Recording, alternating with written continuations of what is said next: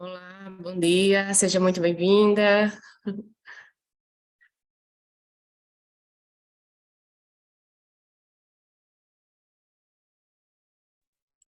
Tudo bem, Thalita? Bom dia. Você está me ouvindo agora?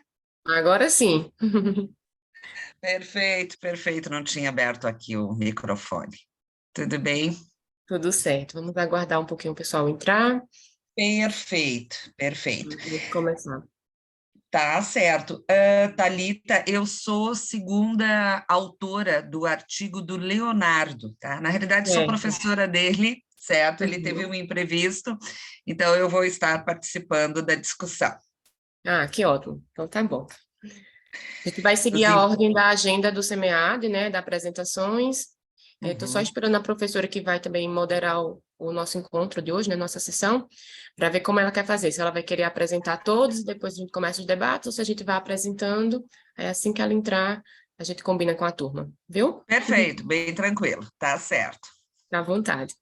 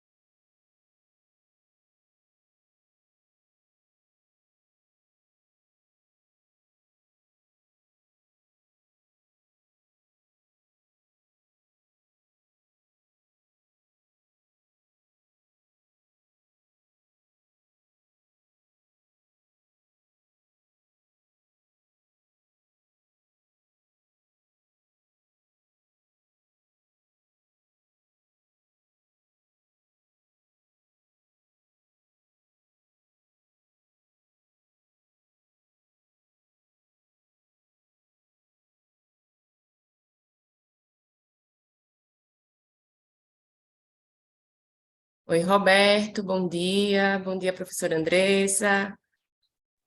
Olá, bom dia, tudo bem? Roberto está sem áudio.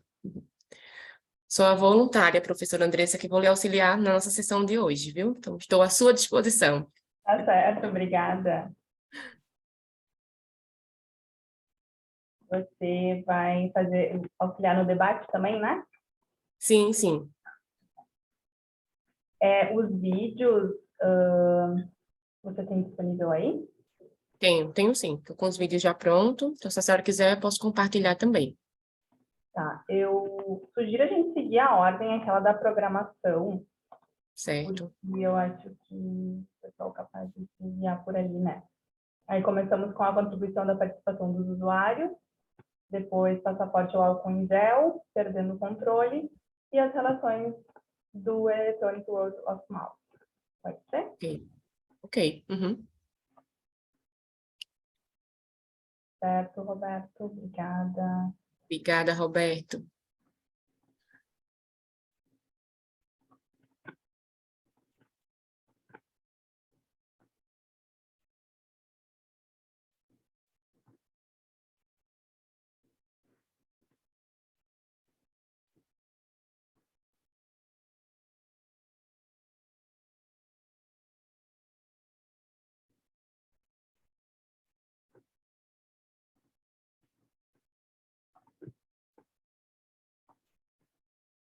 Até mais.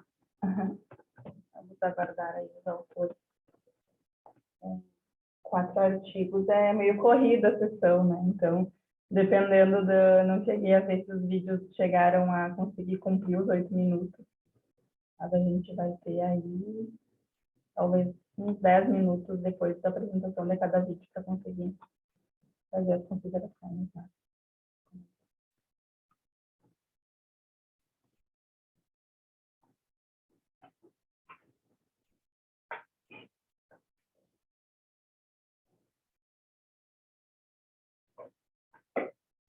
gaúcho só acorda depois que toma mate, né, Thalita? Então, tu vai me ver com o meu chimarrãozinho Aqui é o café mesmo, né? Aqui é café. Bom dia, professora Tatiana. Bom dia, professora Andressa. Thalita, eu já tinha anteriormente cumprimentado, tudo bem? Acho que eu vou colocar mais uma iluminação aqui. Ah, tá como Leonardo. Agora percebi. Isso aí. Deixa eu só colocar mais uma iluminação aqui.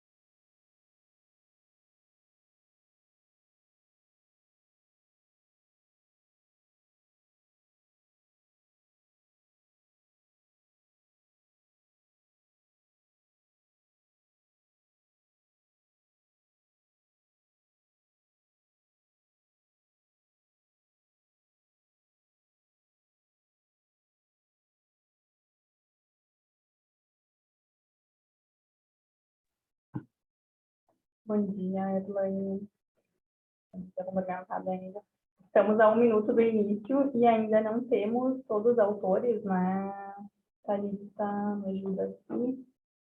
Ainda não temos, eu só consigo confirmar um, porque é minha dupla, que inclusive a gente tem um trabalho apresentando hoje, ele está entrando, que é o José Eduardo, que o vídeo é o dele. Ó, acabou de entrar. É o Então, contato que eu tinha. daquele primeiro, estava lá na programação, a contribuição da participação dos usuários. Thaís, Daniel e Eduardo não temos representante, né? Isso, a Thaís não. O Eduardo já está aí. O Eduardo é o teu colega, né? Coautor. Isso. E do último também temos representante. Então, eu acredito que nós começamos, então, deixamos esse primeiro, né? Porque é a orientação dos organizadores é que se nenhum dos autores estiver presente, o artigo não é apresentado, o vídeo não é apresentado, enfim, o artigo não é debatido, né? Caso eles entrem, depois a gente deixa por último, então, minha sugestão. Concordam? Então, pulando esse que estava como primeiro, nós temos o estudo que eu sou autora, né? Passaporte ao álcool em gel, um estudo sobre a intenção de viajar no contexto da pandemia, percepção de risco e contágio do Covid. Começamos, então? Para termos... A senhora quer que eu compartilhe o vídeo? Por favor. Tá. E aí, vou fazendo a abertura da sessão. Então, oficialmente, bom dia a todos. É um prazer enorme estar aqui, mais uma vez no SEMEAD, né? Ainda que de forma remota. Espero que o ano que vem, então, já consiga retornar ao presencial, porque é muito bom o calor humano, digamos assim, né? Mas ainda nesse ano tive que optar pelo formato remoto. Então, uma sessão da linha de comportamento do consumidor. É uma honra estar aqui com vocês no papel de autora e também moderadora, né? Agradecer a Thalita aí pela parceria nessa sessão. E então, tendo em vista essa questão dos autores não estarem presentes, a gente de imediato passa para o artigo autores. Então, fazemos a apresentação do vídeo e depois um tempo para o debate. Pode dar um ok, por favor, Thalita. Olá a todos.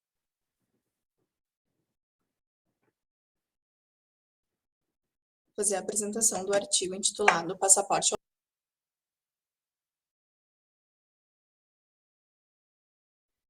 Eu falando sozinha. Só para confirmar, tá saindo o áudio para vocês do vídeo? Sim, tudo ok. Então, vamos lá. Álcool em gel. Sim, tudo ok.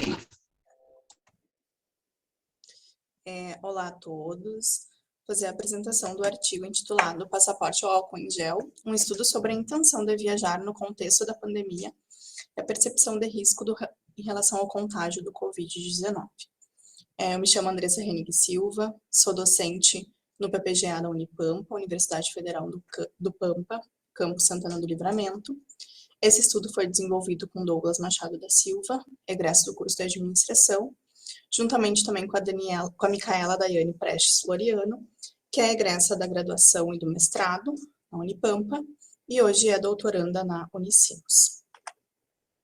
Então, na introdução, nós trazemos toda a questão que vivenciamos nos últimos 2 anos em relação à pandemia, distanciamento social, e aí entrando na questão do turismo, né, a restrição de mobilidade que todos nós tivemos, e o decréscimo de viagens turísticas, né, em relação aos riscos de consumo. Também trazemos que o viajar representava um risco para as pessoas, né? E isso acabou minimizando muitas intenções de realizar viagens afora as restrições impostas pelos decretos governamentais. Como objetivos do estudo, identificar a relação entre a intenção de viajar no contexto da pandemia e a percepção de risco de contágio em viagens. Os objetivos específicos, descrever o perfil da amostra, analisar a intenção de viajar no contexto da pandemia e a percepção de risco de contágio em viagens, e, por fim, identificar as diferenças dos consumidores na intenção de viajar e na percepção de risco de contágio em viagens em relação a algumas características individuais, como gênero, ter contraído o vírus e se perdeu alguma pessoa próxima em decorrência da contaminação pelo vírus. No referencial teórico, nós trazemos 2 tópicos, o comportamento do consumidor na pandemia e a percepção de risco de contágio, e a questão do turismo e a intenção de viajar nesse contexto pandêmico. Em relação aos procedimentos metodológicos, essa pesquisa se configura como uma pesquisa de caráter descritivo, abordagem quantitativa, realizada através do método Survey. Então, contou com uma amostra de 542 respondentes. O instrumento utilizado foi a escala da intenção de viajar, adaptada para o contexto da pandemia, e a escala de percepção de risco, também adaptada para o contexto da pandemia. A técnica de análise dos dados foi estatística descritiva, análise do alfa de Cronbach, a correlação de Spearman, e para os testes de diferença de amostras, o teste de Mann-Whitney, em função de, após o teste de normalidade dos dados, os dados se comportarem de maneira não normal. Então, foi utilizado os testes não paramétricos. Em relação aos resultados, maioria de gênero feminino, idade de 18 a 22 anos, na região de Uruguaiana, que é uma região aqui do Rio Grande do Sul, onde contempla a cidade onde nós estamos situados, que é Santana do Livramento. Então, a gente acredita que acabou abrangendo mais essa região em função da nossa rede de contatos. A escolaridade, a maioria superior incompleto, renda de 1 a 2 salários mínimos, não pertencente ao grupo de risco, 72,1%, contraíram o vírus 27,9%, não perderam familiares ou pessoas próximas, 61,6%, e estão vacinados com a segunda dose, na época da coleta de dados, 76,2%. Em relação ao segundo objetivo, a avaliar a intenção de viajar e a percepção de risco de contágio em viagens, foi possível perceber que a amostra apresenta certa incerteza em relação à intenção de viajar. E também identificam o risco de contágio em viagens. Em relação à correlação, foi possível perceber uma correlação negativa, uma relação negativa e baixa. Então, à medida que a percepção de risco do contágio em viagens aumenta, a intenção de viajar no contexto da pandemia diminui. Em relação à diferença, ao último objetivo específico, que buscou avaliar as diferenças entre os grupos, ao avaliar a questão da intenção de viajar em relação ao gênero, se contraiu o vírus ou se perdeu alguém próximo, foi possível perceber que apenas a característica individual gênero não apresenta diferença nas percepções dos respondentes em relação à intenção de viajar. Então, se contraiu o vírus e perdeu alguém, esses grupos se comportam de maneira diferente. E em relação às características individuais em relação à percepção de risco, os grupos não apresentam diferença das percepções em relação à percepção de risco de contágio em viagens. Finalizando, então, o que foi possível perceber a partir da realização do estudo, que quanto maior a percepção de risco em viagens, menor é a intenção de viajar no contexto da pandemia, né? Esse contexto todo que nós vivenciamos nesses últimos anos ainda carece de conhecimento sobre esse contexto da pandemia, né? Até porque estudos já apontam que possivelmente teremos pandemias e epidemias futuras, então esse tipo de conhecimento sobre o que foi, sobre os nossos comportamentos nesse cenário podem servir, inclusive para outros eventuais desastres que possamos vir a passar. Esses resultados também eles podem ser úteis para as organizações do setor turístico e profissionais de marketing, no sentido de auxiliar nas tomadas de decisões e de influência em relação a esses grupos, né?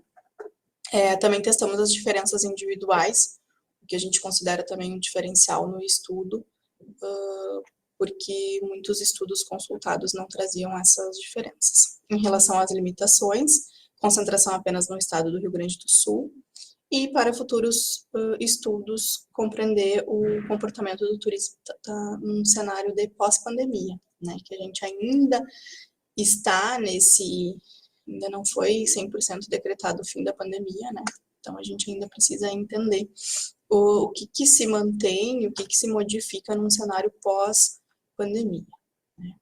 Aqui estão algumas das referências utilizadas, e muito obrigada.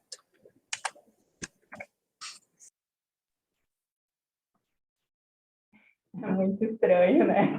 Esse formato que a gente fica se olhando e aí fica criticando o vídeo feito lá alguns meses atrás, né? Pessoal, então, só para contextualizar, esse estudo é fruto do trabalho de conclusão do aluno Douglas. Sob minha orientação, né, e com parceria da Micaela, aí, que é uma parceira de pesquisa. Então, o Douglas, naquela situação da definição de TC, né, quando os alunos chegam, assim, meio, o que eu vou fazer, e aí ele tinha muitos, né, acredito que quem orienta o trabalho já passou por isso também, muitos nesses últimos períodos querendo estudar, querendo entender a pandemia, sobre alguma ótica, né, e para buscar, assim, entender o que a gente percebe, né, o que a gente percebia enquanto espectadores, digamos aí, ou enquanto cidadãos, que cada pessoa se comportava muito diferente diante da pandemia, né? Enquanto uns estavam enclausurados, os outros estavam ignorando, e esse comportamento se repetia a nível mundial, né? E aí eu dizia para o Douglas, assim, daí ele tinha mais essa intenção de estudar a questão do turismo, daí a gente conseguiu afinar as ideias nesse sentido, daí eu disse, vamos testar essas diferenças, né? Porque a gente está percebendo diferenças no nosso cotidiano, assim, então vamos verificar na prática da pesquisa como isso se dá, né? Então foi que a gente chegou nessa inspiração de um estudo que foi feito e na Espanha, né? Então até entramos em contato com os autores e eles avançaram um pouco no estudo, utilizaram modelagem e outros construtos que nós acabamos optando por não utilizar. E enfim, né, o estudo foi realizado, eu queria deixar em aberto aí para os questionamentos, para os comentários, no sentido de nos auxiliar a qualificar o nosso estudo ou de algum questionamento, enfim, que possa vir a ocorrer. Estamos aí, eu aguardo. Eu aproveitar a fala, né, para parabenizá-la pelo artigo junto aí com a sua equipe. Eu fiquei curiosa se foi intencional a escala de jovens de 18 a 22, e será que se mudasse a faixa etária, né? Acho que a senhora fez bola de neve, né? Será que teria algum impacto? Porque ficou tão jovem. Eu me senti respondendo, né? Eu fui uma das pessoas que precisei viajar na pandemia, mas não estou nesse grupo das pessoas que responderam pela idade. Então, será que alteraria a resposta, né? Mas não foi intencional. Não, sabe o que acontece? Isso já foi uma discussão que aconteceu numa sessão anterior que nós estávamos. Acaba que a questão essa coleta via redes sociais, via internet, de uma forma geral, né? Os algoritmos acabam nos levando para as nossas redes, né? Então, acaba que o Douglas e mais uma série de outras pessoas que nos ajudaram a compartilhar o questionário, enfim, era um público jovem, né? E acabou, então, nesse sentido, tendo esse viés, digamos assim, né? Fora o fato que eu já tinha comentado também, a gente tinha tentado fazer uma amostra estratificada nas diferentes regiões do Rio Grande do Sul, né? Para tentar fazer também esse comparativo em relação a regiões. Só que a gente não conseguiu a amostra mínima para cada região que a gente tinha determinado, e acabou ainda, então, que a região da Uruguaiana, que contempla a cidade onde nós estamos inseridos, foi a região que mais apresentou respondentes, justamente por toda essa questão, né? Mas não foi intencional, realmente. Foi. Obrigada, professora. Obrigada, eu que agradeço, Thalita. Muito bem, então, Andressa, parabéns pelo estudo, pela condução do estudo. Realmente, essa preocupação do comportamento do consumidor frente a todo esse contexto de pandemia gerou belos estudos, né? Nas diferentes perspectivas de enfoques acadêmicos, mas principalmente a questão do comportamento de compra, ela foi muito evidente no sentido, sim, de que a pandemia mexeu com o comportamento das pessoas, né?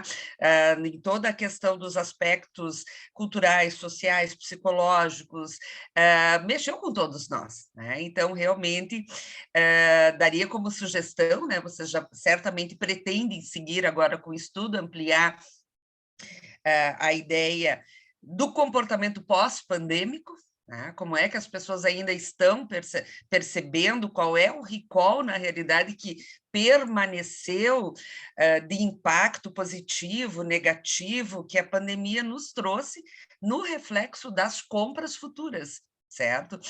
Porque é como tu colocaste, assim como havia um grupo populacional que estava reservado, havia todo um outro grupo populacional que estava participando, queria continuar seguindo a vida.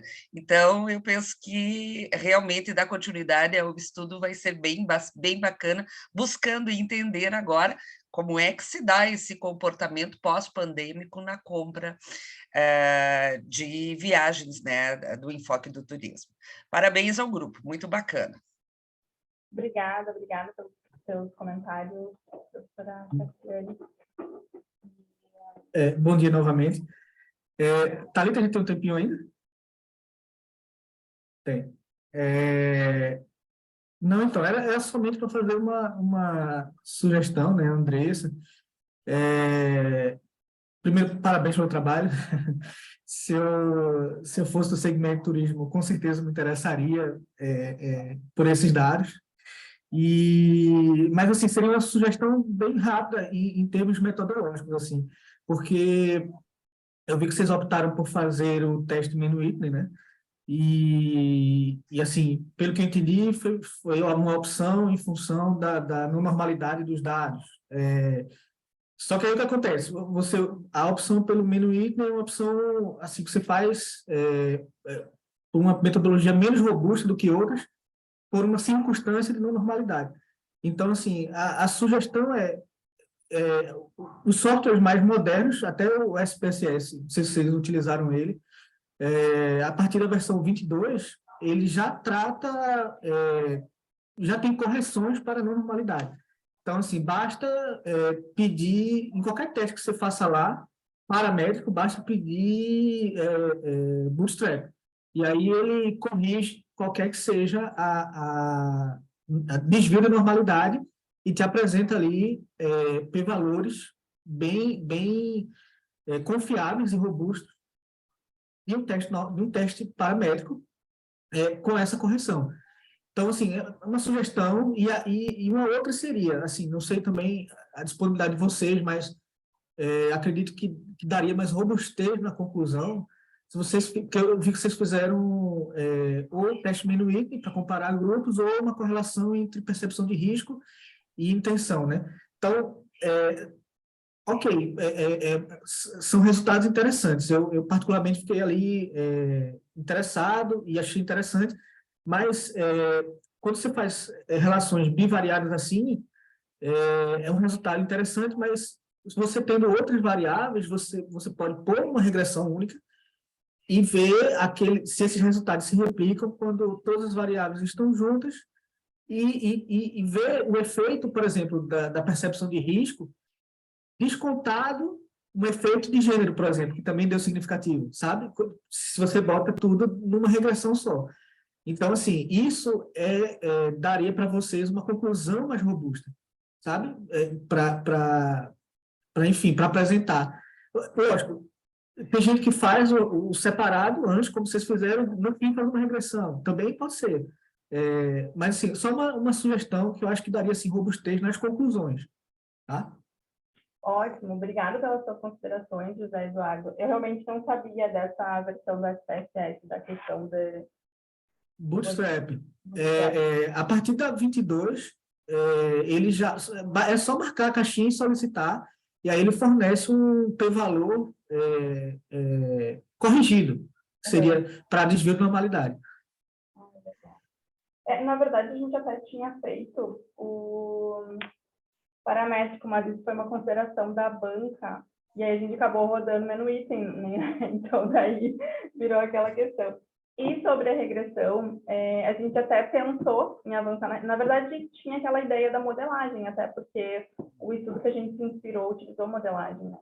Mas aí o tempo não permitiu a gente conseguir avançar nas análises. Eu digo, bom, vamos enviar assim, e aí para uma publicação de periódico a gente avança um pouco, né? Então, a partir das considerações aqui, a gente volta para o artigo, dá uma remexida para avançar, né?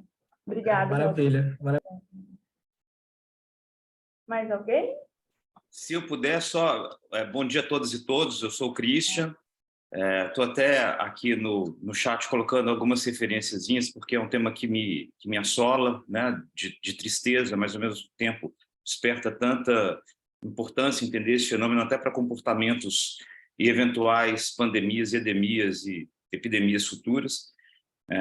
Então, é um tema que eu tenho pesquisado, obviamente, como todos nós aqui desde 2020, e eu estou colocando aqui no chat 3 ou 4 referências. Tem uma escala que foi muito, muito consistente, só 8 perguntas para medo de Covid, publicado em 2020, é muito legal, que pode, eventualmente, no estudo futuro de cada um de nós aqui, usar ou como controle, porque, eventualmente, o medo ele pode, né, ele certamente vai endereçar algum tipo de comportamento. Eu senti um pouquinho de falta, e aproveitando o conteúdo que vocês já têm, isso é simples de trazer para o paper, é mostrar para a gente a robustez da escala que vocês propuseram, né? Então, a entrega, né, de cada item nas suas cargas, até aproveitando que o Zé Eduardo falava agora para a gente, então trazer um pouco da validade convergente, discriminante da escala, para a gente poder entender como esses dados eles se comportaram, aproveitando o que vocês já têm, né? Porque aí, a partir daí, vocês já tornam o paper ainda mais, porque ele já está muito legal, mas torna o paper ainda mais gostoso para nós, né? Mas torna o paper mais interessante, mais consistente. Parabéns pelo trabalho, é muito, muito importante. Obrigada, Christian. Estou atenta aqui às suas indicações no chat para ir atrás. Tá joia, vou colocar aqui logo. Continuamos, então, não sei se tem mais algum comentário sobre isso tudo. Acho que todos já manifestaram, né? Avançamos, então, Thalita, para o estudo... O próximo. A minha ordem não está igual à da senhora. Eu vou abrir aqui e a senhora me confirma. Tá, eu estou na ordem aquela da programação detalhada lá do site, porque eu acho que as pessoas, de repente, se guiaram por ali, né? Vamos para qual agora? Para mim, aqui seria perdendo o controle. Tá.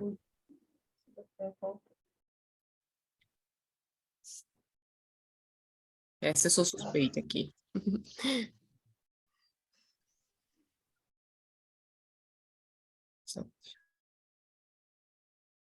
Me chamo José Eduardo, eu vou apresentar o artigo Perdendo o Controle, o efeito da literácia alimentar, da regulação emocional e do autocontrole percebido sobre a compra alimentar impulsiva, desenvolvido em colaboração com Thalita Andrade, Jomilson Queiroz e o professor Marconi Freitas. Bom, a compra por impulso, né, definida na literatura como uma tendência de comprar espontaneamente, de forma irrefletida e imediata, que tem motivações tanto por razões emocionais quanto pela gratificação percebida. No caso da compra alimentar impulsiva, essa foi associada a emoções negativas de baixa autoestima, sendo então a compra impulsiva um tipo de fuga de estados negativos. O autocontrole comportamental é responsável por modular a resposta dos consumidores aos determinantes da compra impulsiva. Então, a percepção de autocontrole de comportamentos é importante para o bom funcionamento psicológico dos indivíduos, mas frequentemente esses comportamentos não conseguem, os indivíduos não conseguem controlar os comportamentos, sobretudo em contextos alimentares. A literatura carece de modelos integrativos, né, que verifiquem o impacto de drivers cognitivos e emocionais. Por exemplo, a literacia alimentar pode ser uma habilidade que influencia o autocontrole e a compra impulsiva. Assim como a capacidade de regulação emocional é um construto mais amplo do que emoções isoladas que são estudadas comumente em estudos de marketing, né? Então, dadas essas lacunas, o objetivo do artigo foi analisar a influência da literacia alimentar e da regulação emocional no comportamento de compra impulsiva, comportamento de compra alimentar impulsivo, considerando o papel mediador do autocontrole percebido dos indivíduos. Esse é o nosso modelo conceitual de hipóteses. A gente avaliou a literacia alimentar e a regulação emocional como variáveis independentes que diminuem compras impulsivas e que têm o autocontrole percebido como um construto mediador. Vale ressaltar que a regulação emocional é um construto multifatorial e, por isso, ele está nesse modelo como um construto de segunda ordem, uma variável de segunda ordem, né, com 6 dimensões. Quanto ao método, nós fizemos uma survey online e conseguimos acessar uma amostra de 211 respondentes válidos. Essas são as escalas que nós utilizamos e cabe ressaltar que na escala de compra impulsiva a gente criou um contexto de compra alimentar impulsiva, né? Foi criado um cenário de venda de batatas fritas com 80% de desconto e foi avaliada a impulsividade a partir de dos 3 itens da escala. A análise foi desenvolvida com a técnica de modelagem por equações estruturais, baseada em covariâncias, e teve estimação pelo método de máxima verossimilhança. Bom, sobre os resultados. A gente verificou os critérios de validade convergente e discriminante. Esses critérios foram atendidos e para quase todos os construtos, né? Então, apenas a dimensão e estratégia da regulação emocional precisou ser retirada, porque teve problemas aí de validade e ainda apresentou uma variância negativa de erro, né, chamado problema de Haywood Case. Então, o modelo final teve bom ajuste e 2 hipóteses foram confirmadas e teve uma hipótese que a gente considerou parcialmente confirmada em função do p-valor de 0.008. Então, o estudo concluiu que os mecanismos cognitivos e emocionais atuam de maneiras distintas na alimentação. E o autocontrole percebido dos indivíduos pode ficar apenas uma falsa sensação de controle sobre o comportamento. A literacia alimentar parece deixar os indivíduos mais confiantes em suas metas de dieta, mas essa sensação de autocontrole parece não ter impacto nas decisões alimentares em contextos impulsivos. Por outro lado, indivíduos com alta capacidade de regular suas emoções podem se sentir menos esgotados ao gerenciar seu autocontrole. E com isso eles podem lidar melhor com fatores emocionais, né, intrínsecos às decisões. A gente destacou algumas implicações teóricas e práticas. A pesquisa contribuiu com a discussão sobre sensação de controle, né, e mostrou aí de fato que existe uma lacuna entre o autocontrole que é percebido, né, subjetivo dos indivíduos, e o autocontrole efetivo quando colocados em contextos impulsivos. E também o efeito inibidor, né, da regulação emocional em compras impulsivas, que não havia sido testado antes em estudos de marketing, principalmente. Normalmente, os estudos tratam de emoções específicas. Com relação a limitações, a gente obviamente, não teve uma amostra representativa, então tem que ter os devidos cuidados com relação às conclusões. A gente teve um pouco de dificuldade com algumas escalas, principalmente a de literacia alimentar, alguns itens tiveram que ser excluídos, e também, como todo modelo, como toda abordagem transversal, né, as relações causais precisam ser vistas com parcimônia. Então, as sugestões principalmente vão no sentido de desenvolvimento de estudos causais, né, com os antecedentes utilizados nesse estudo. Essas são as principais referências que nós utilizamos.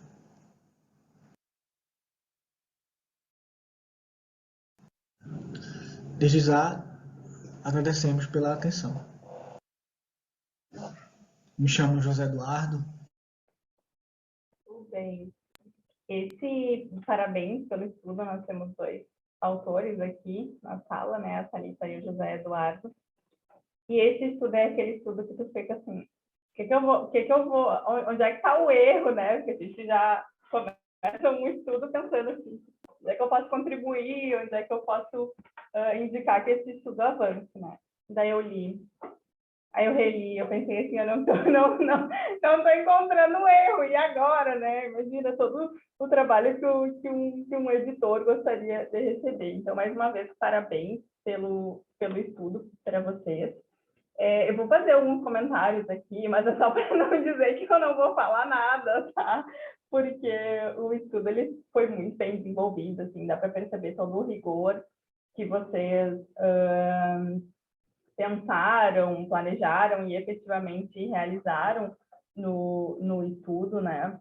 E essa questão do autocontrole, né, efetivo e percebido, isso é muito interessante, assim, até essa semana eu estava com os meus alunos discutindo sobre questões de economia comportamental, né, aquele livro do Dan Ariely, Previsivelmente Racional, ele trazia justamente essa discussão, né, uma coisa é eu tomar uma decisão de cabeça fria, outra coisa quando estou no calor do momento, na impulsividade, né, então, até ontem, no workshop de experimento também, acabou surgindo essa questão, né, das metas, né, do autocontrole em relação às metas. Às vezes a gente coloca metas muito altas e, de certa forma, a gente não consegue atingi-las, né? Então, a busca de micrometas para nos ajudar nessa questão do autocontrole, né? Que, enquanto seres humanos, somos muitas vezes pegos nos descontrolando, vamos por assim dizer, né? Pessoal, então, só um comentário em relação na introdução ali, muito embora a gente imagina ou a gente sabe que vocês fizeram uma extensa revisão, assim, para chegar na proposição do estudo de vocês, né? Eu acho que quanto mais claro está para o leitor a questão de quais bases de dados foram consultadas, para que estudos existem ou ainda não existem, e mostrar de uma forma mais efetiva, assim, o gap, né, para a questão da justificativa. Então, só um comentário no sentido de que bases vocês consultaram e o que leva vocês, então, de uma forma mais efetiva a justificar a execução do trabalho, do estudo, né?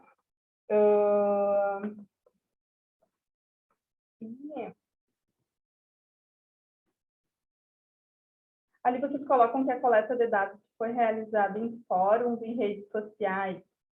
Também queria saber assim, que fóruns foram esses, quais redes foram usadas. Se vocês puderem comentar aqui e também indicar no trabalho, né? Porque isso é importante para as pessoas que vão acessar o estudo de vocês. Vocês querem comentar agora?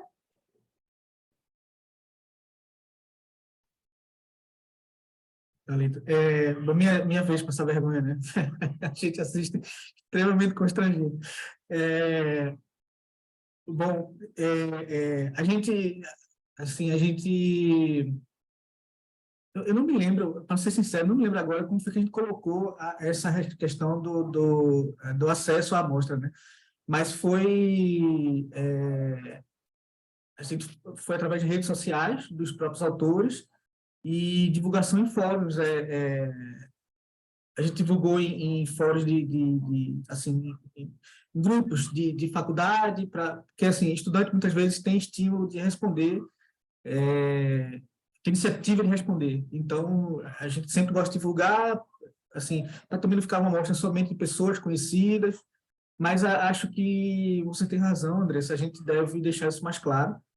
Eu estou falando, inclusive, nem me recordo como é que a gente colocou. A pessoa veio apresentar o trabalho e não se lembra do texto. Mas, em geral, a gente faz assim, né? A gente divulga com amigos, que a gente também tem ali uma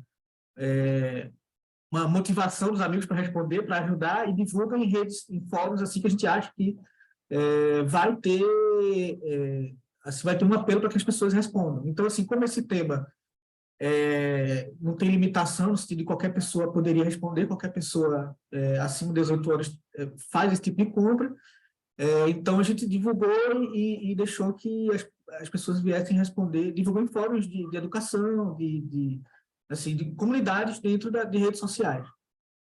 Mas, assim, eu acho que você tem toda a razão, a gente deve deixar isso mais claro, exatamente quais fóruns. E sabe por que eu comento isso? Porque, na verdade, a gente acredita que vocês devem estar sofrendo em relação à questão dos respondentes também, né? As pessoas, eu não sei se está tendo muita pesquisa, se está tendo pouca motivação, eu não sei o que está acontecendo, mas, de fato, está sendo muito difícil que as pessoas respondam os instrumentos, não sei se são instrumentos muito longos, eu me questiono, assim, várias coisas, né? O que está acontecendo? Que as pessoas não estão contribuindo, né? Então, acaba que o público universitário, às vezes, ele está mais predisposto, mas também a gente pode estar se limitando. Enviesando de alguma maneira. Dependendo do assunto, né? Até lembrando agora do próprio estudo da intenção de viajar, a gente estava correndo atrás da respondente, aquela coisa, e a intenção no início era fazer uma amostra estratificada, então a gente acabava entrando nos grupos, no Facebook da cidade, né, para buscar uma amostra de cada cidade. E aí, o Hotel Santos estava tão enlouquecido, assim, buscando respondentes, e estávamos indo atrás de entidades turísticas e coisas assim. E aí eu até falei para o Douglas, assim, a gente vai ter que repensar essa nossa divulgação, porque daqui a pouco a gente já está enviesando a coleta a partir do momento que eu estou buscando pessoas que estão viajando, né? Então, tinha que buscar aquela questão da aleatoriedade, né? Então, tem sido uma dificuldade. Eu até queria, não sei se vocês chegaram a ver, mas aquele outro artigo que os autores não estão presentes, eles fizeram uma coleta de 450 e de pessoas que acessaram a consultoria fitness. Eu fiquei assim, como que eles conseguiram que essas pessoas respondessem? Esse público bem difícil. Aqui a gente está falando desses outros estudos que a gente comentou, são públicos mais gerais, assim, que a gente está buscando, né? Tanto o meu estudo quanto o de vocês. Mas eles eram uma coisa bem específica de quem tinha feito a consultoria fitness. Como que eles conseguiram esses 450? Eu queria muito ouvi-los, né? Que tem sido, eu percebo que para mim tem sido um desafio bem grande essa questão dos respondentes, né? E a gente está em coleta de dados na disciplina de TC, né? Tem alunos em coleta de dados, e a gente está apelando, assim, nós moramos numa cidade que faz fronteira com o Uruguai, então a gente está mais no Uruguai do que no Brasil, na verdade. E a gente está buscando essa estratégia de pesquisas cross-field, tirar o enfio, enfim, e não estamos conseguindo responder no Uruguai, a ponto de eu dizer para minha orientanda, imprime um QR Code do teu questionário e vai nos intervalos das universidades, porque as redes sociais, os e-mails, eles não estão respondendo, vamos do corpo a corpo mesmo, né? Ignora então, totalmente, né? É um desafio, tem sido um desafio, né, a questão da coleta, né? E, só para finalizar o meu comentário em relação ao estudo de vocês, achei muito importante aquele tópico que vocês trazem da discussão, né? Porque vocês primeiro fazem o tópico da validação das escalas, da apresentação dos índices, e muitos estudos que eu já li, eles se limitam a isso, né? A partir do momento que eu apresento os índices, consigo as confiabilidades, tá pronto o meu estudo. Não, mas só um pouquinho, o que isso significa, né?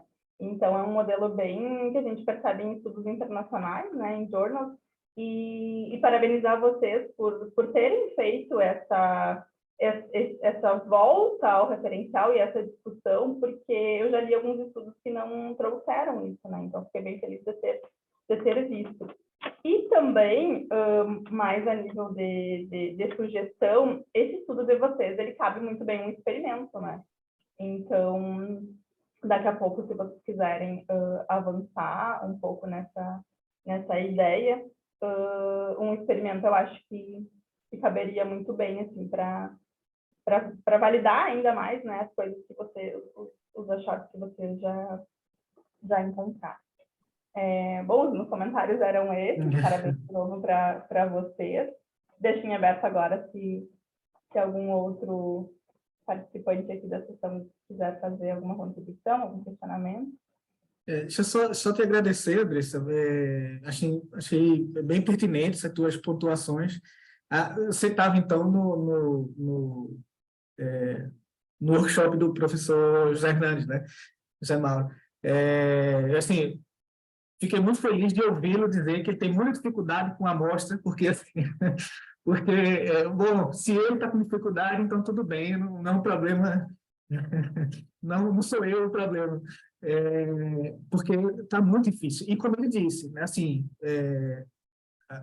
eu estou fazendo experimentos na tese e os problemas são 10 vezes maiores, porque, assim, já temos dificuldade de conseguir a amostra. Ok, aí você consegue uma amostra num pré-teste e verifica que não funcionou. Porque as pessoas estão respondendo desatentas, porque assim, não é questão de desatenção de quem está respondendo, não é nada, não é problema de redação e tal. Então, assim, a gente está com dificuldade de responder, de conseguir a amostra, quando consegue, às vezes não serve. Então, assim, você veja, esse nosso estudo, a gente conseguiu 211 válidos, né, Thalita? Ou seja, pessoas se complementaram, pessoas que não são outliers, então, lógico que a gente queria muito mais, né? Mas, enfim, esse estudo, ele foi desenvolvido dentro de uma disciplina, né? Os meninos estavam cursando a disciplina, eu fui pagar lá como aluno especial, e a gente se juntou, fez o artigo da disciplina, então a gente tinha limitação de tempo lá. Mas aí, ok, não, terminou a disciplina, nada impossibilita a gente de coletar mais dados. Mas, enfim, a gente conseguiu bons índices e, de alguma maneira, é justificável, então a gente tocou para frente o artigo. Mas é uma dificuldade enorme.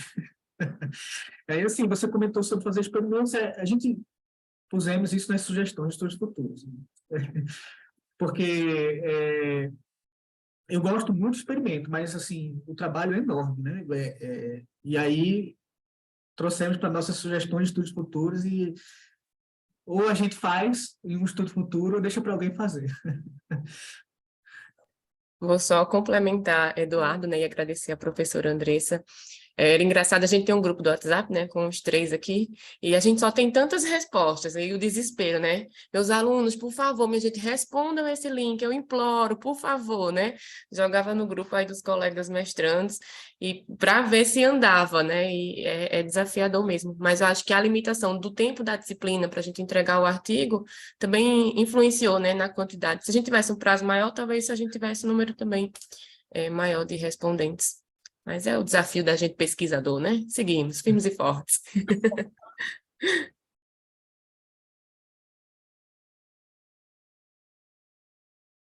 Muito bem, posso fazer um comentário?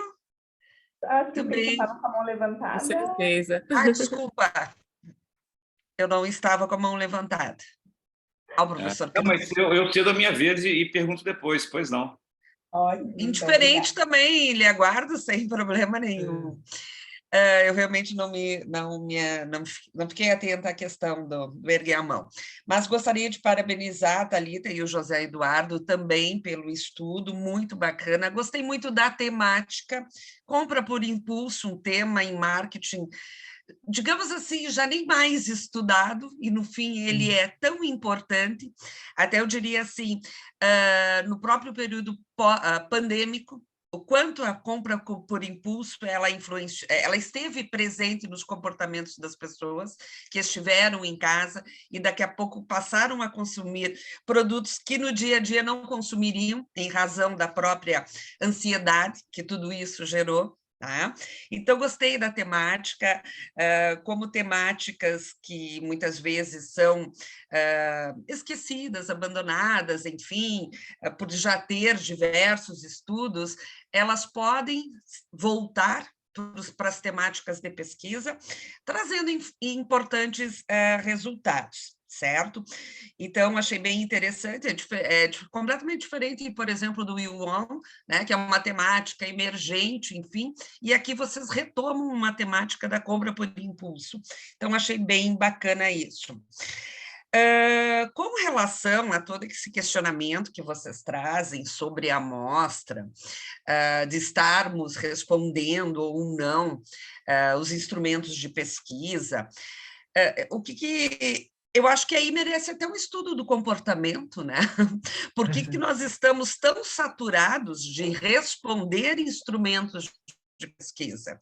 Seja no ambiente da graduação, do stricto sensu, do mestrado, do doutorado, será que realmente não há uma saturação de estudo?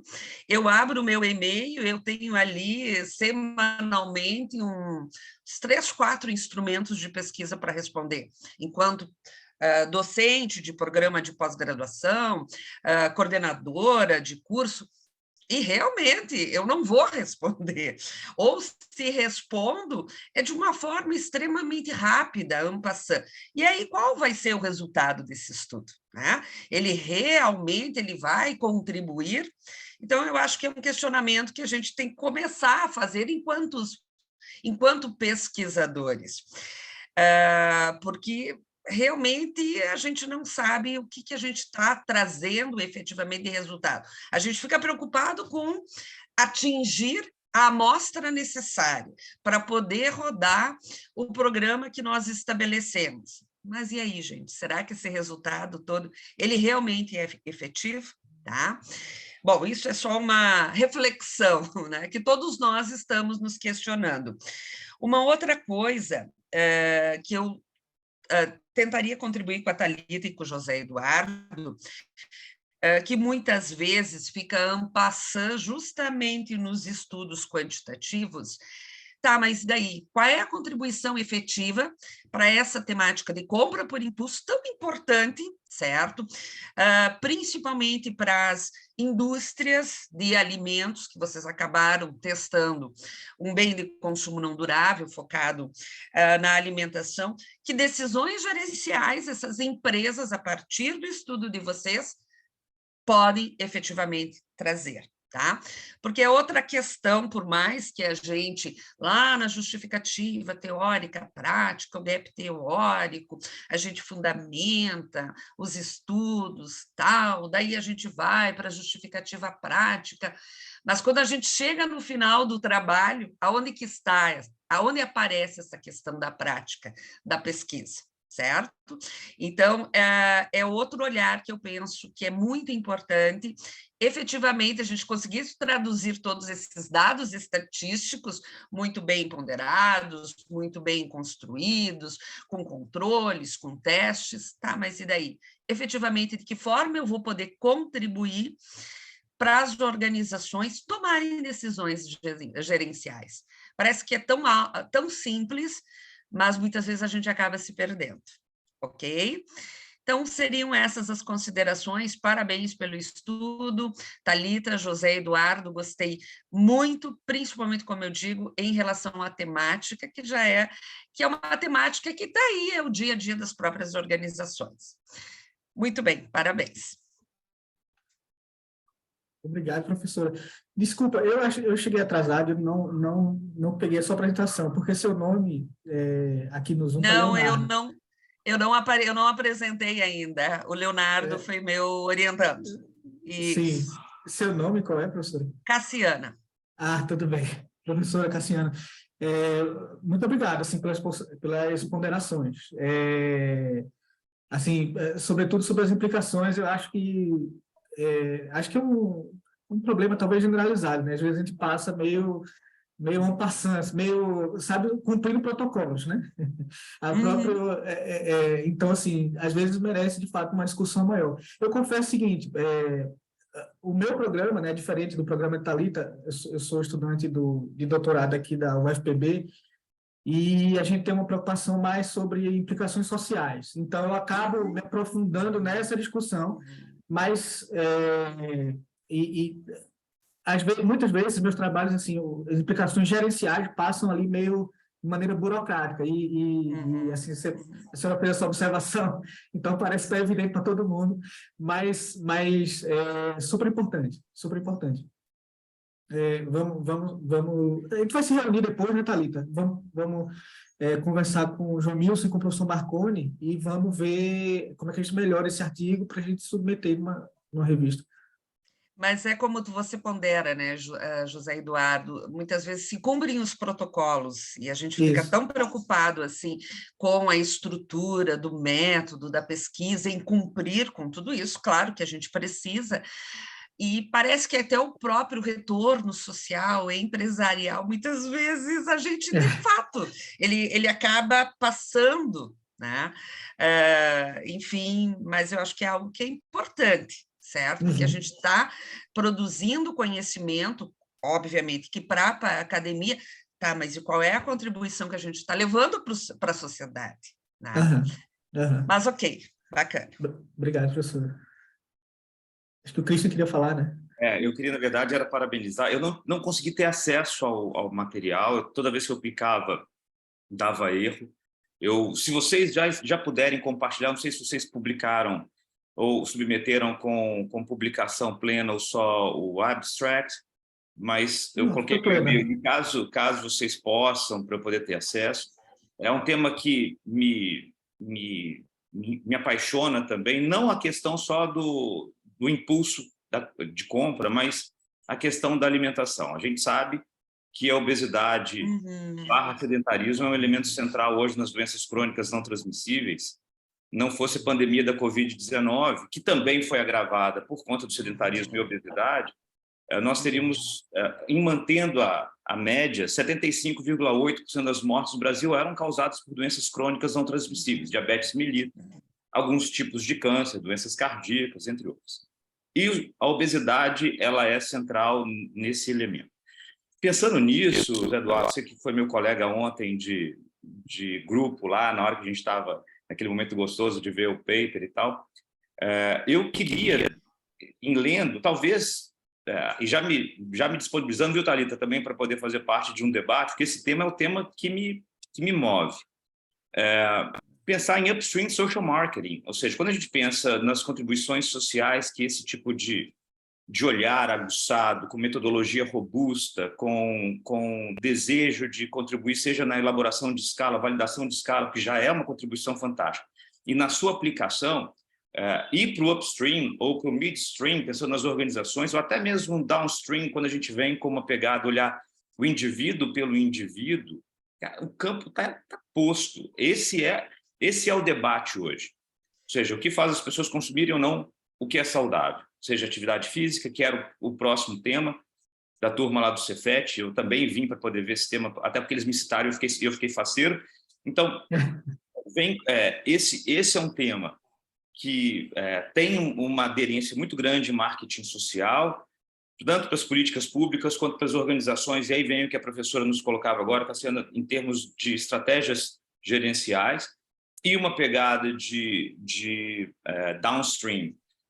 Não sei se vocês pensaram nisso, mas fica aqui uma recomendação e uma contribuição, quem sabe, e em estudos futuros, não sei se, até porque eu não tive acesso a esse conteúdo, até uma pergunta, se vocês tangenciaram aos grupos de referência, o impacto desses grupos, seja como um controle, como um freio para essas compras por impulso, como estava pensando em pandemia, como estava a célula de sobrevivência das pessoas durante a pandemia, que impulsionava ou não essa compra, se elas estavam sozinhas, se elas estavam acompanhadas nos seus núcleos. Se vocês não fizeram, a gente não faz tudo no paper só e está perfeito. Mas pensando e elucubrando a partir do que vocês propuseram, pensar na célula de sobrevivência, se o entorno impactava ou não nessas compras por impulso, pensar em foco regulatório, se mais prevenção, se mais promoção, pegar Higgins lá em 1987, 91, e a partir daí. E o que eu compartilhei aqui no link, já terminando, foi o link para download do Depower. Não sei se todos estão ambientados com esse software. É um software que te ajuda a definir uma amostra mínima. Eu vou colocar aqui o referencial já para que vocês, se vocês quiserem usar, vocês possam citar. E ele ajuda, a partir do número de preditores que o seu modelo tem, ele determina o número mínimo para poder ter uma validação estatística. É claro que a IRER 2014, 2009, 14, 18, vai dizer lá das 5 mínimo para cada item e tal, mas o Depower vai nos salvar. Eu trabalho com Data Science não apenas na academia, mas também no corporativo, e posso dizer que esse problema está também quando a gente vai tentar medir branding, medir comportamentos, medir jornada de compra, medir uma série de outras coisas no corporativo também. Então, é igual. Obrigada, Christian. Então, você acessou essa sessão justamente para ver um estudo que vai acabar ficando sem ser apresentado. Mas eu também vi pelos outros temas, o tema foi incrível, e o de vocês, até porque o tema de vocês estava listado entre os melhores papers do programa, sim ou não? Não sei, nem vi. Não, eu acho que ele ficou numa shortlist lá, estava bem. A gente ouviu falar, eu estou aqui eu não sou do SEMEAD, mas eu estou na USP, então os temas eles eram muito bem tratados. O tema de vocês estava muito bem falado. Parabéns. Legal, obrigada. Eu só agradecer ao Christian. Eu sei que a gente já avançou demais na discussão, né? Mas, Christian, só agradecer, parabenizar também, né? Você estava ontem na sessão de premiação. Mas, enfim, a gente não tratou essa questão do entorno familiar. Foi algo que a gente não trouxe para, de repente, ver se teria algum efeito. A gente colocou somente ali características demográficas básicas, né? Do sexo, de renda, de escolaridade e idade. Mas, enfim, o controle foi somente por isso. Assim, também, né, para pegar uma palavra que a gente usou, também protocolar, assim, não foi algo de fato que a gente se debruçou, mas assim, muito interessante a tua provocação. Eu também, eu pesquiso alimentação desde o mestrado. É um tema, assim, que me interessa bastante, a gente só vai mudando ali o foco. Hoje a Erlane está aqui caladinha ali na sessão também, mas a Erlane foi colega aqui do PPGA, da UFPB. A gente trabalha bastante bem-estar alimentar, então, assim, é um problema de saúde pública, como você disse, é uma questão que permite muitos focos de análise, e invariavelmente a gente vai deixar assim, a gente vai deixar passar. Cada pessoa que vem, olha o trabalho, tem uma perspectiva, poxa, mas isso aqui contribuiria bastante sobre essa variável dependente. E olha a Erlane aí comentando, assim, essa sua provocação foi interessante. Eu já estou aqui pensando sobre ela, mas para esse trabalho, infelizmente, a gente não abordou nada além do protocolar ali de variáveis demográficas mais básicas. Mas, enfim, sobre o Power, a gente conheço, já uso, assim, a gente não trouxe nesse trabalho, eu acho. Alguns autores, assim, criticam o G-Power para modelagem por equações estruturais baseado com a variância. Enfim, eu uso bastante, mas como tem algumas críticas, aí a gente vai para autores que embasam a nossa amostra, sabe? Assim, bom, 211, como RER, por exemplo, é suficiente se você tem esse índice de ajuste. Aí, beleza, a gente se norteou por aí. Mas o G-Power é nosso amigo. Que bom. Parabéns, mais uma vez. Eu vou entrar numa sessão agora para apresentar, não aqui no SEMEAD, no Congresso, mas eu quero parabenizar todos e todos e agradecer a oportunidade de contribuir. Obrigado, Christian. Obrigada, Christian. Obrigada, professor. estamos com mais tempo, no fim ficamos com 3 artigos na sessão, então dá tempo das considerações e das discussões. Então, encerramos, pessoal, contemplados, passamos para o nosso último estudo, as relações do Electronic Word of Mouth e o nas emoções de consumo e no processo decisório da escolha de uma universidade.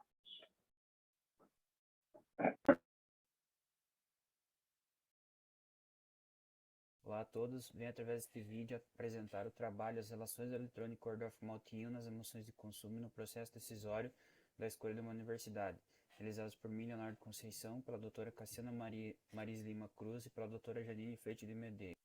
Bom, então o IUN, seu conceito é atrelado, então pode ser definido através de toda declaração realizada pelo indivíduo sobre um produto ou serviço, este sendo espalhado para outros membros no ambiente online. Desse modo, então, o IUN pode ocasionar na minimização de riscos e um aliado em decisões para adquirir produtos e serviços.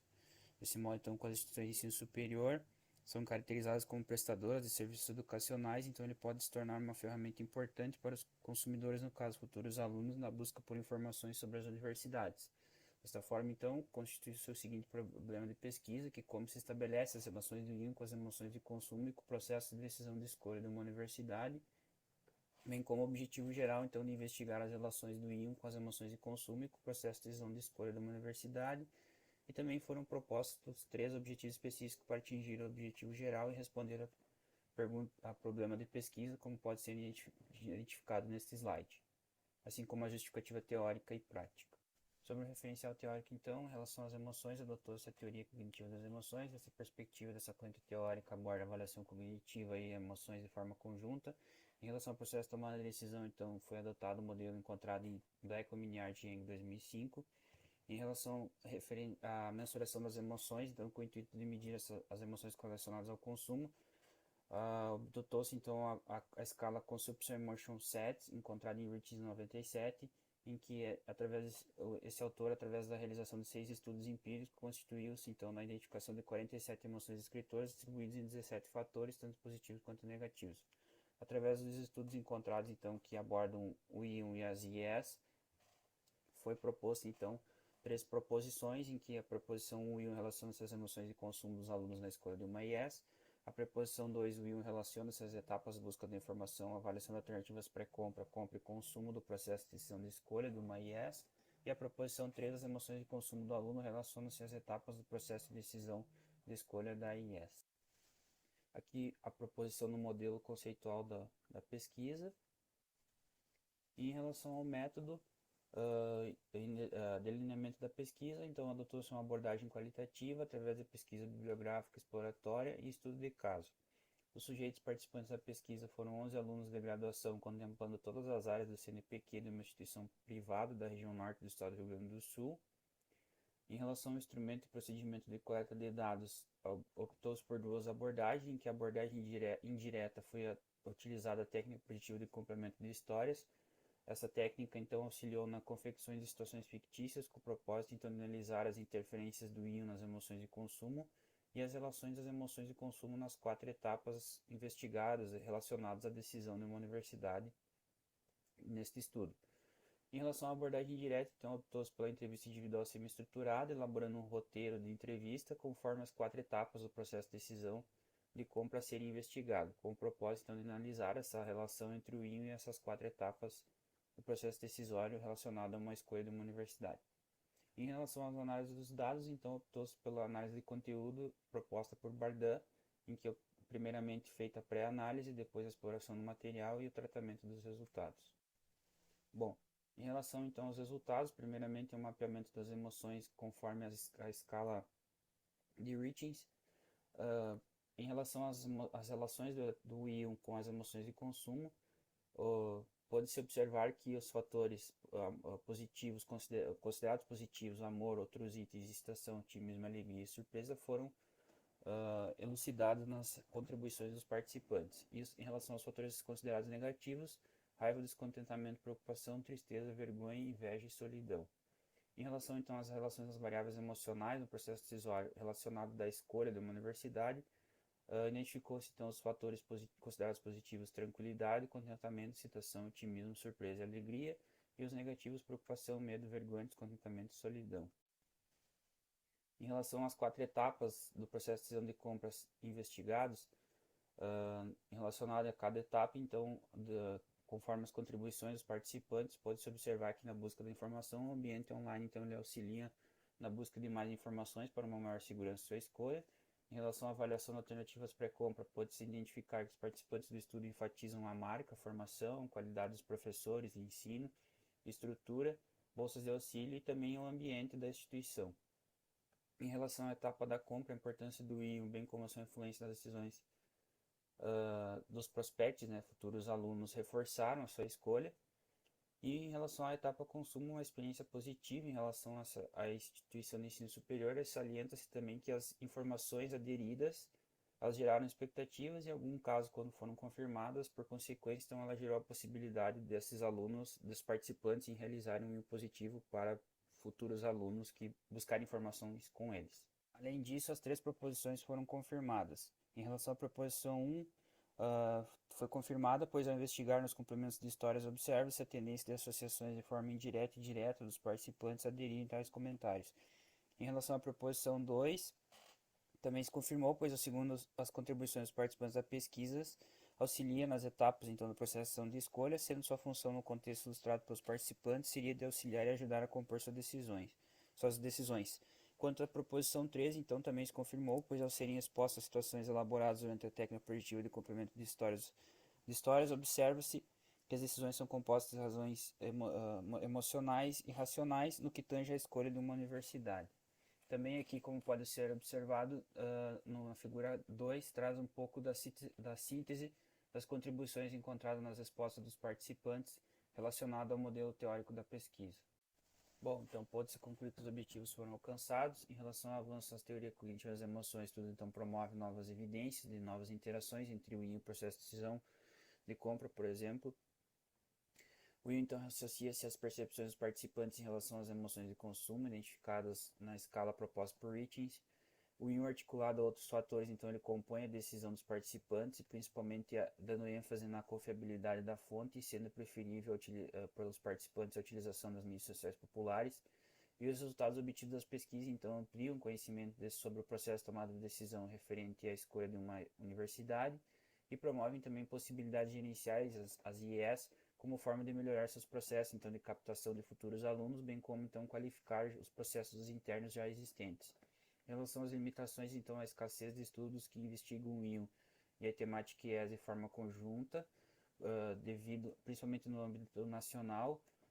Com isso, então, a pesquisa visa preencher essa lacuna e a questão da pandemia de Covid-19. Em relação aos estudos futuros, então, seria a aplicação da proposta desse estudo com alunos de outras instituições de ensino superior e entre as diferentes gerações, assim ampliando a compreensão deste fenômeno.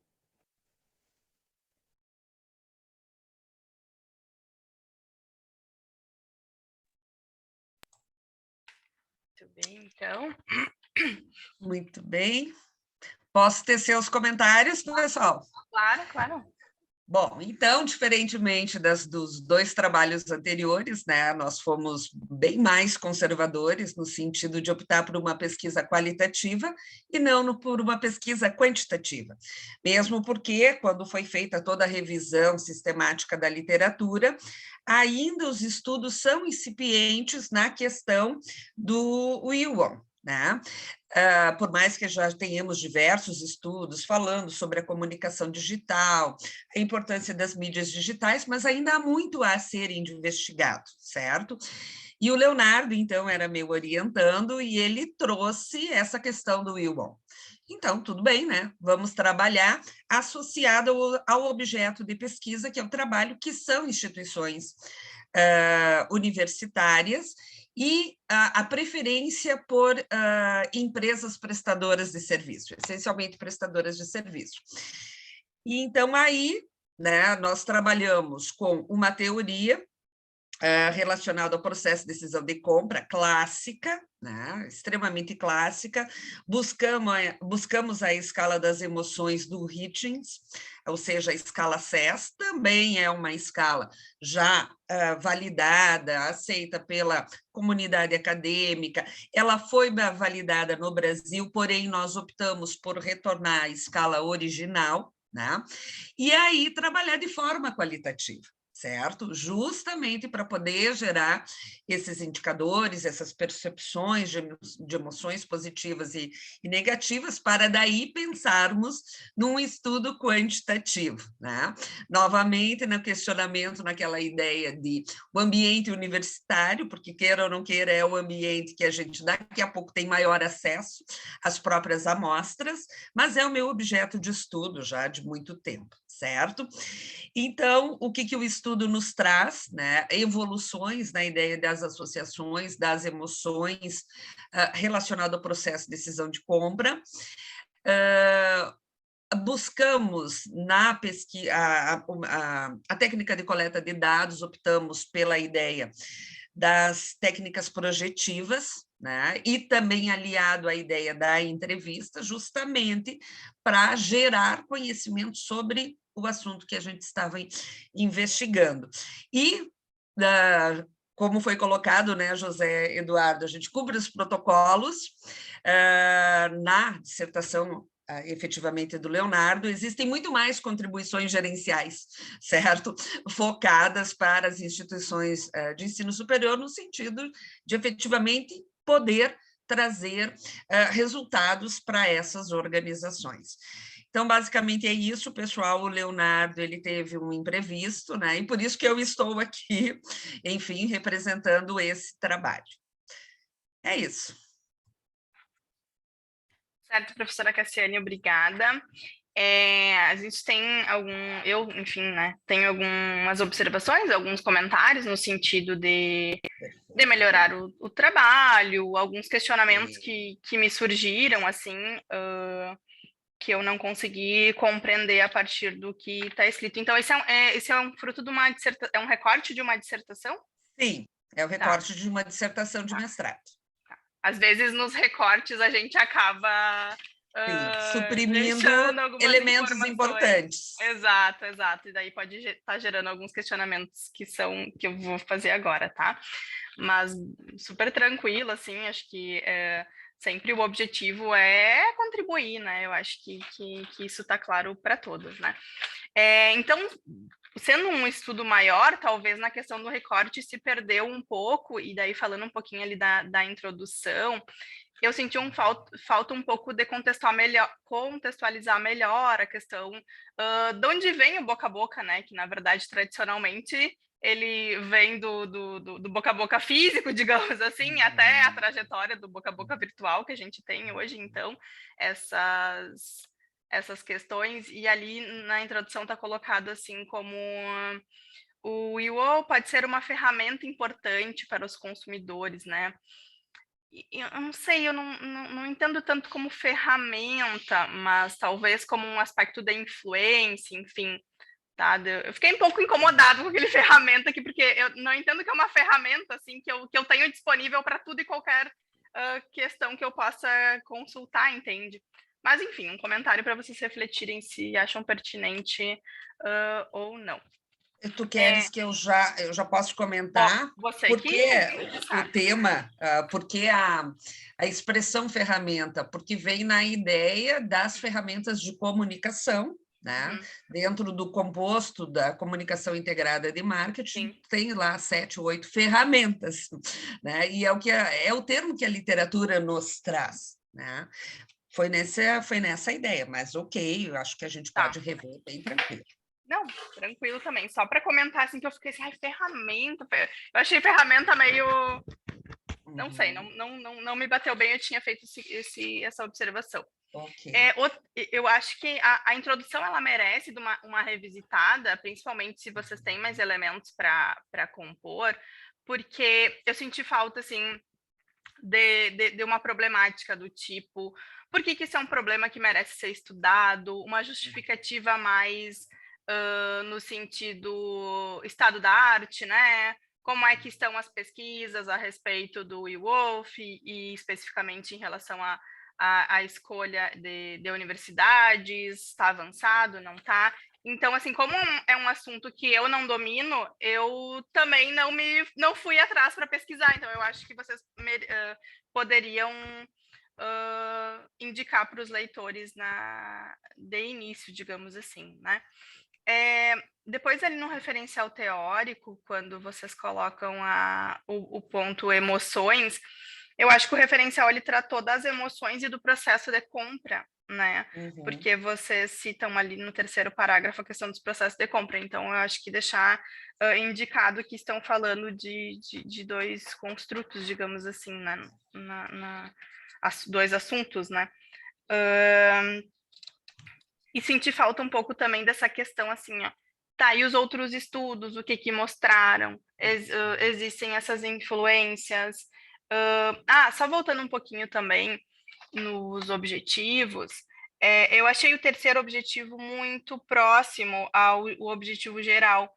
E eu tenho me questionado e colocado isso para os meus orientandos. A gente tem meio que aquele formato, assim, não sei quem é que disse que a gente tem que ter 3 objetivos específicos, né? Parece que é uma coisa meio padrão, assim, que se eu não tiver 3 objetivos, eu não vou estar fazendo um bom trabalho, assim.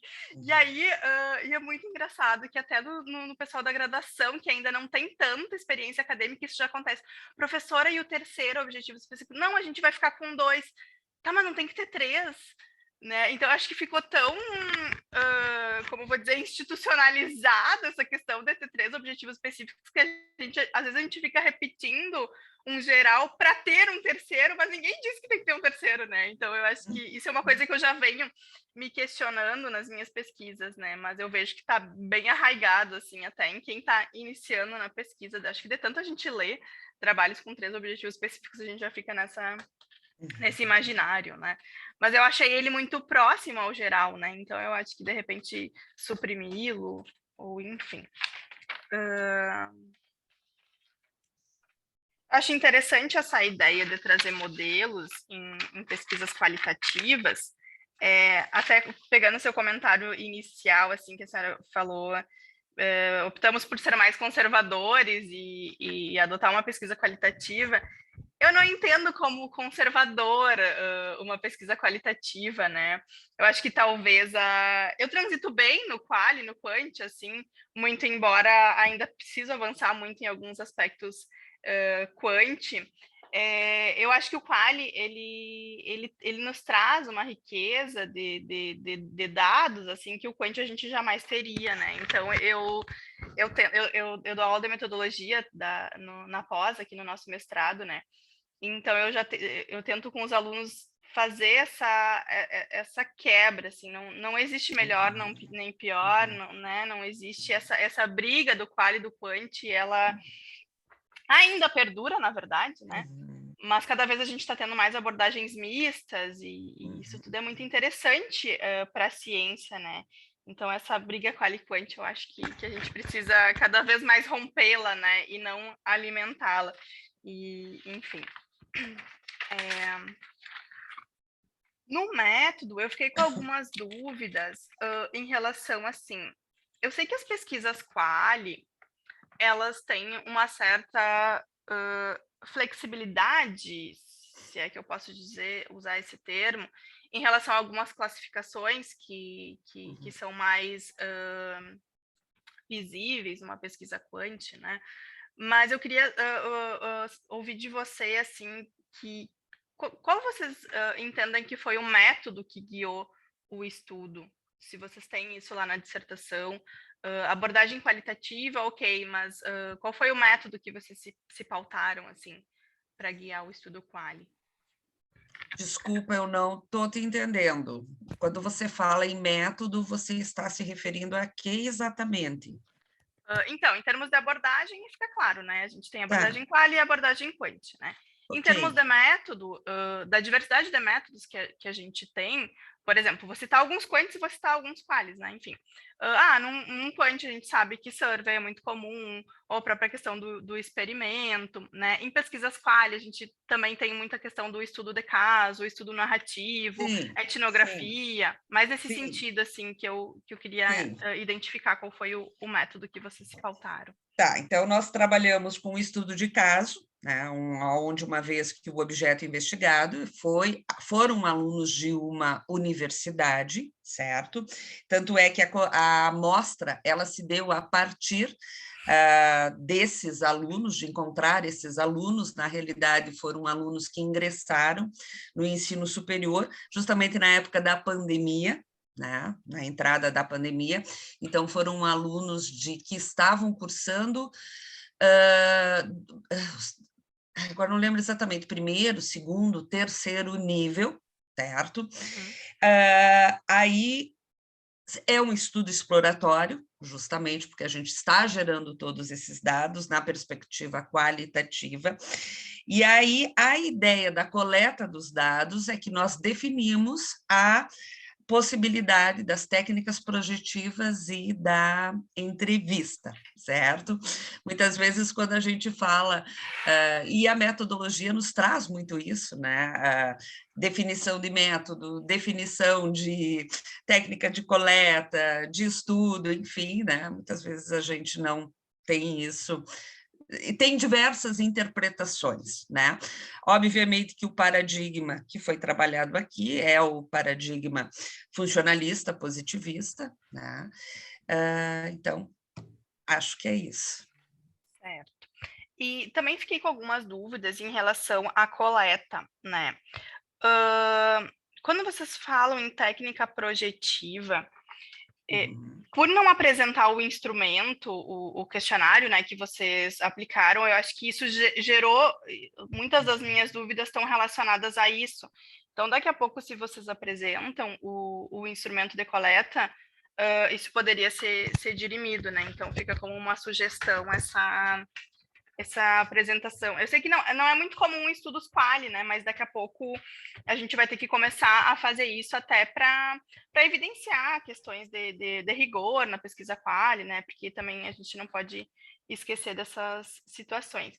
E aí a minha dúvida é no seguinte sentido, eu fiquei me perguntando, vocês não coletaram informações das redes, né? Não. Foram entrevistas supondo isso. Que a pessoa tinha lido um comentário. Foi isso? Projetando não, que a pessoa... Não? Não. A técnica projetiva, ela é oriunda da psicologia. Tanto é que na banca para validar um instrumento de pesquisa, isso está na dissertação, daqui a pouco não está no artigo, nós fomos buscar expertos da área, né, professores, pesquisadores da área de psicologia, para validar as histórias que foram estruturadas para analisar os elementos do processo de decisão de compra, ok?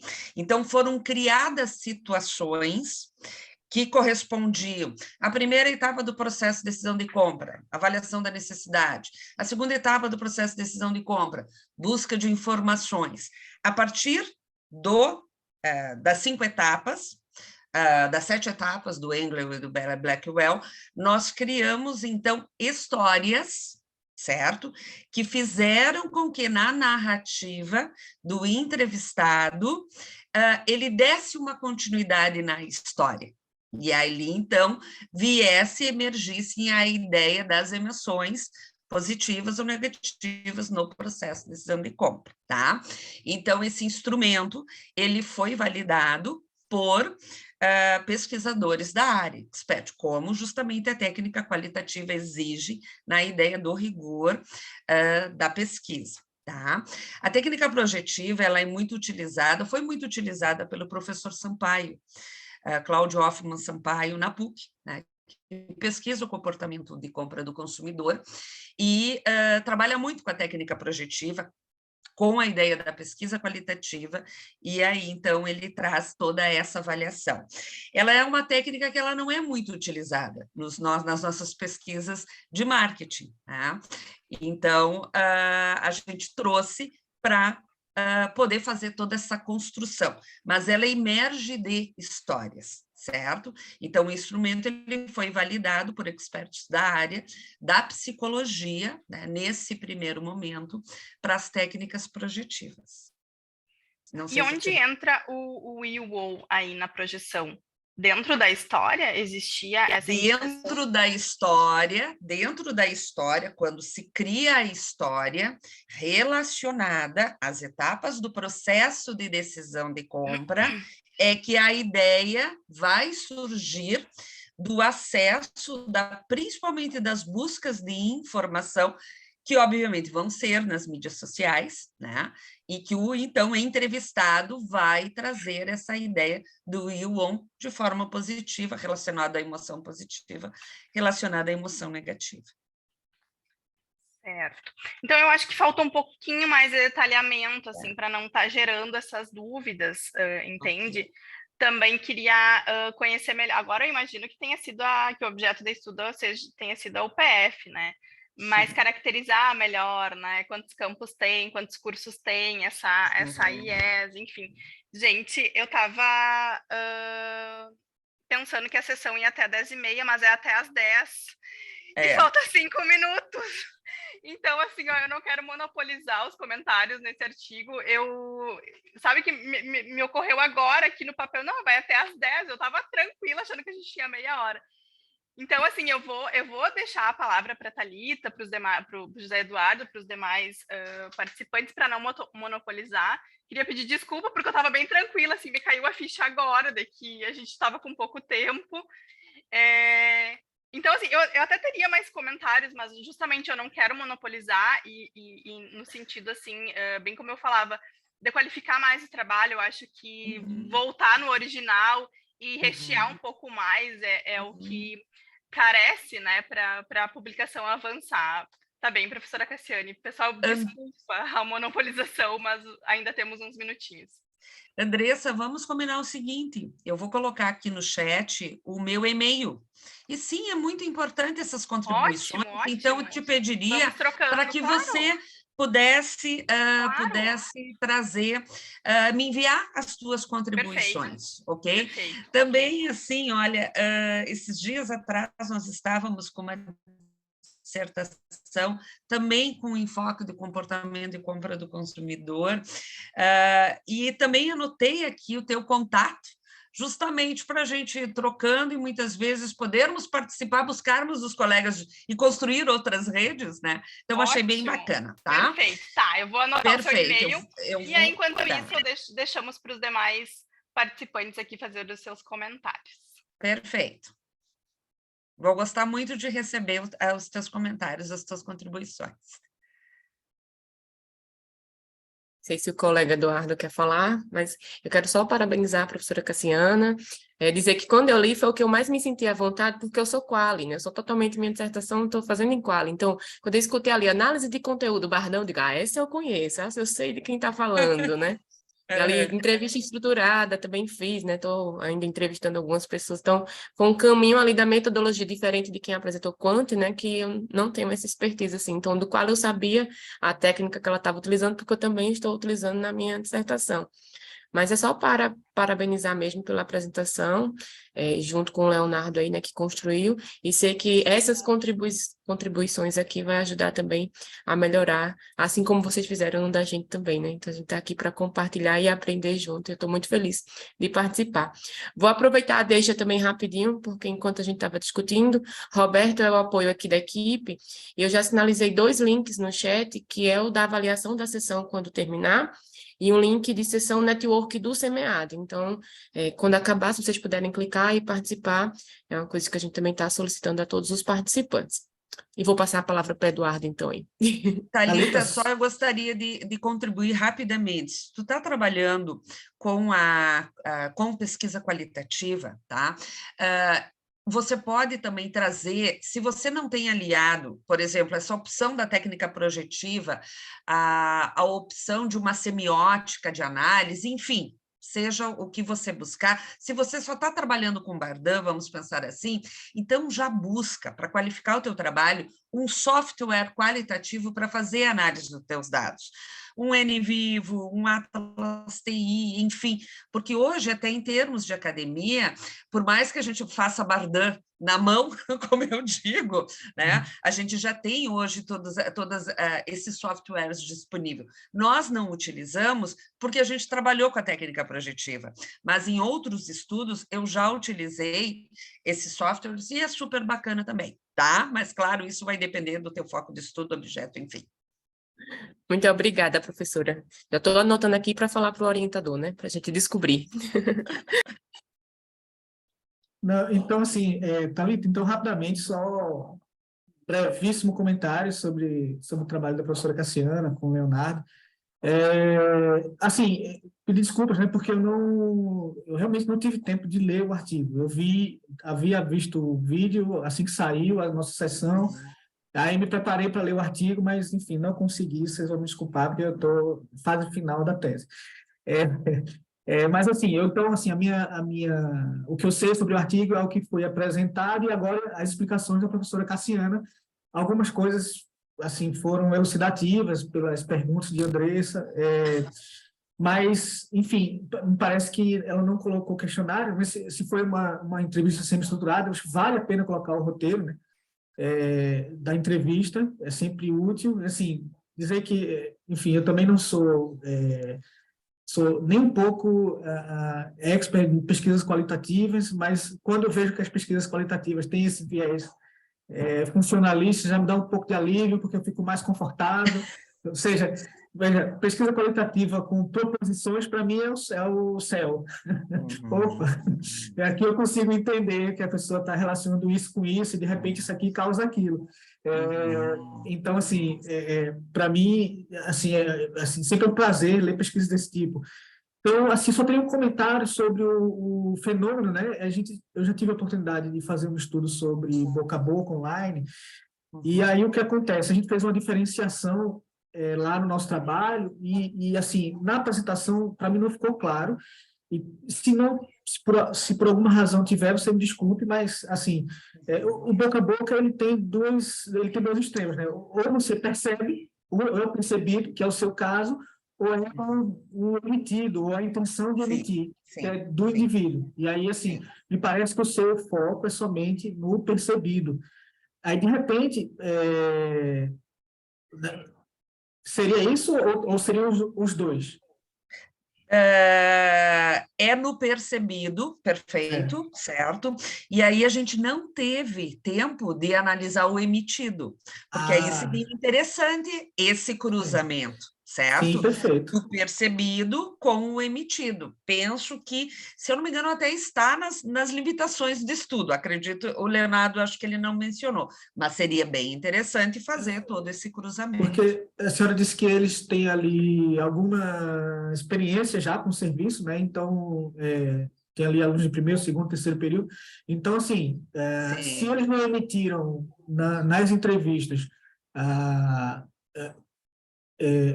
comportamentos que eles já tiveram, pode, de repente, conseguir inferir comportamentos que eles possam vir a ter, né? Intenção de boca a boca. De repente, você consegue achar isso nos dados. Então, fica essa sugestão para diferenciar e, poxa, se conseguir isso nos dados também, eu acho que ficaria bem interessante também. Perfeito, perfeito. Eu acho que tu colocas, né, José Luiz, sobre essa questão do roteiro.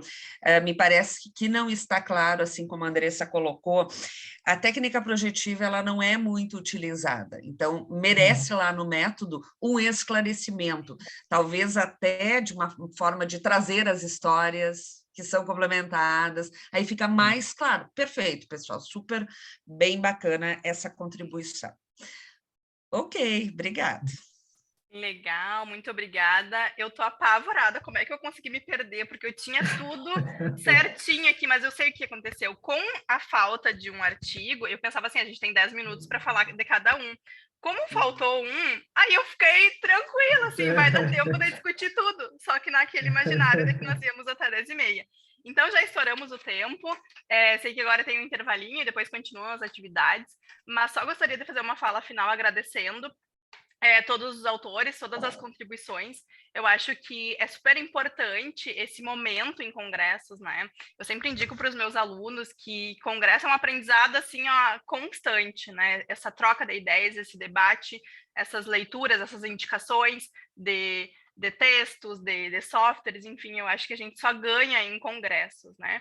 Então, fica o meu agradecimento a vocês por terem compartilhado essa metade da manhã aqui comigo, né, nessa sessão, e desejar um bom final de evento a todos. Nos encontramos aí nos próximos eventos, nas próximas publicações. Nos presenciais, né? Nos presenciais, com certeza, Tomara em breve, que volte. né? Exato. Pessoal, tenham todos um bom dia e um ótimo final de evento. Um abraço. Bom dia, Um abraço, pessoal. Obrigado. Foi um Até prazer. mais. Prazer. Tchau, tchau. Tchau, tchau.